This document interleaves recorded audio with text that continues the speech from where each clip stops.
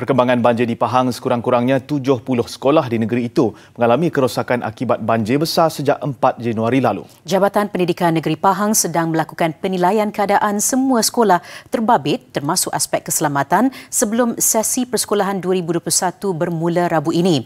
Ikuti laporan disediakan Fazli Ahmad.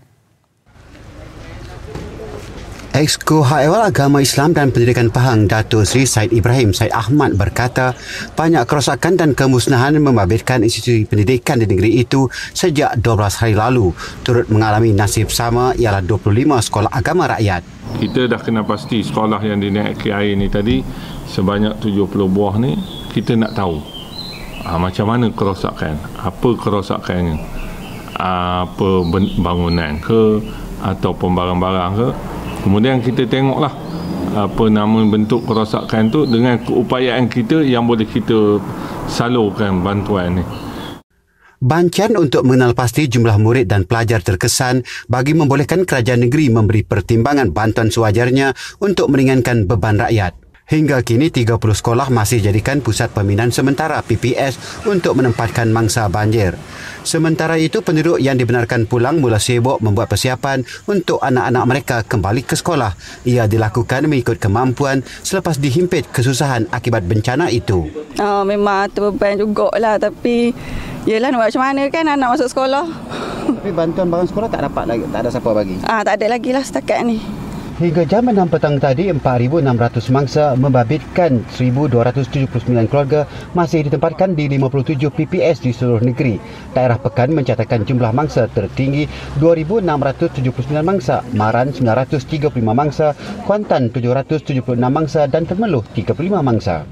Persiapan keperluan persekolahan bukan murah dan pasti membebankan bagi mereka mempunyai anak yang ramai.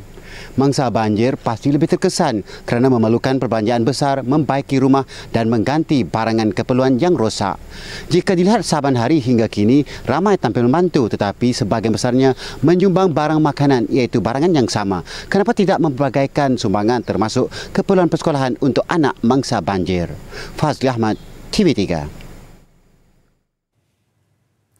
Kementerian Pendidikan memutuskan sesi persekolahan yang secara bersemuka dijadual 20 Januari ini bagi seluruh negara hanya akan melibatkan kelas peperiksaan bagi tahun 2020.